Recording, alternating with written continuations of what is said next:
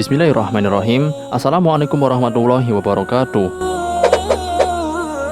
Saudara seiman, kita semua sudah tahu bahwasannya matahari dan bulan merupakan ciptaan dari Allah Subhanahu wa Ta'ala yang memberikan banyak sekali manfaat bagi umat manusia.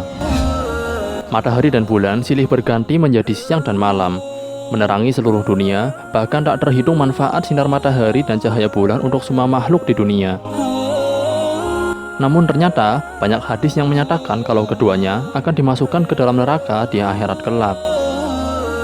Matahari dan bulan telah dijanjikan oleh Allah Subhanahu wa Ta'ala akan dimasukkan ke dalam neraka pada akhirat kelak. Dalam sebuah hadis yang diriwayatkan oleh Tohawi, Nabi Muhammad SAW menjelaskan bahwa kedua anggota tata surya ini saat hari kiamat akan seperti sapi jantan yang terikat lalu kemudian dilemparkan ke neraka. Mengapa demikian? Padahal matahari dan bulan memiliki fungsi yang begitu besar saat ini. Allah Subhanahu wa Ta'ala menciptakan matahari dan bulan untuk menerangi dunia, serta untuk mengetahui bilangan tahun dan perhitungan waktu. Lantas kenapa keduanya justru dimasukkan ke dalam neraka? Apakah keduanya juga akan mendapatkan siksa layaknya penghuni neraka? Ini dia ulasannya. Tonton terus video ini hingga selesai agar tidak salah paham. Tapi sebelum lanjutin videonya, bagi kamu yang belum, jangan lupa untuk klik tombol subscribe dan aktifkan notifikasinya, serta like untuk mendukung channel ini agar terus menyiarkan syiar Islam. Di dalam kitab La'ali al-Masnu'ah karya Imam Suyuti yang menyatakan bahwa matahari dan bulan tidak semestinya di dalam neraka menjalani siksaan. Karena sesungguhnya di dalam neraka juga ada malaikat, batu, dan lain-lainnya yang berfungsi untuk menyiksa penghuni neraka dan sebagai alat-alat penyiksaan. Dan atas kehendak Allah Subhanahu wa Ta'ala, meskipun ada di neraka, mereka tidak merasa tersiksa. Ini berarti matahari dan bulan menjadi alat untuk menyiksa manusia yang tidak baik saat menjalani kehidupan di alam dunia. Sama seperti halnya dengan malaikat-malaikat yang ganas di neraka, hewan-hewan ganas, dan juga benda-benda yang mengerikan seperti cambuk, rantai, api yang super panas, batu, dan lain-lain yang tugasnya untuk menyiksa manusia. Matahari dan bulan akan dimasukkan ke dalam neraka saat semua penghuni neraka sudah masuk. Hal ini tentu akan semakin menyiksa golongan jin dan manusia yang ingkar kepada Allah Subhanahu wa Ta'ala. Dari sinilah kita semakin tahu betapa besarnya ukuran neraka dan betapa ngerinya siksaan yang ada di dalamnya. Dimasukkannya matahari dan bulan ke neraka adalah untuk memberikan penyesalan kepada mereka yang pernah menyembah keduanya.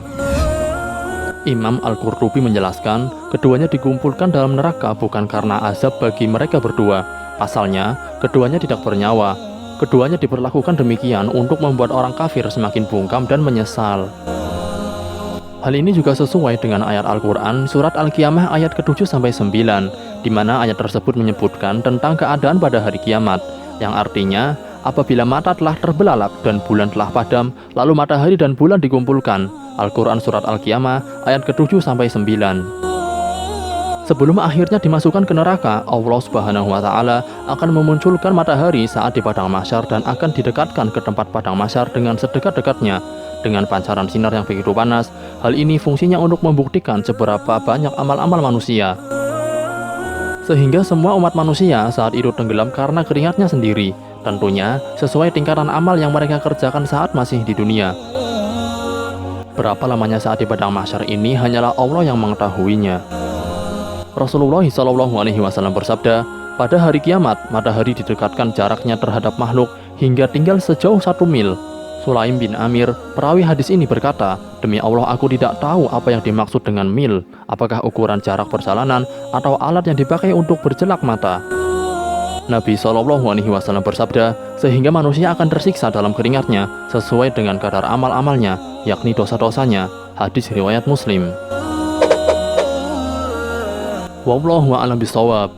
Saudara seiman, mari bagikan video ini ke semua sosial media kalian, karena sabda Nabi Muhammad SAW, sampaikanlah dariku walau hanya 1 ayat. Wassalamualaikum warahmatullahi wabarakatuh.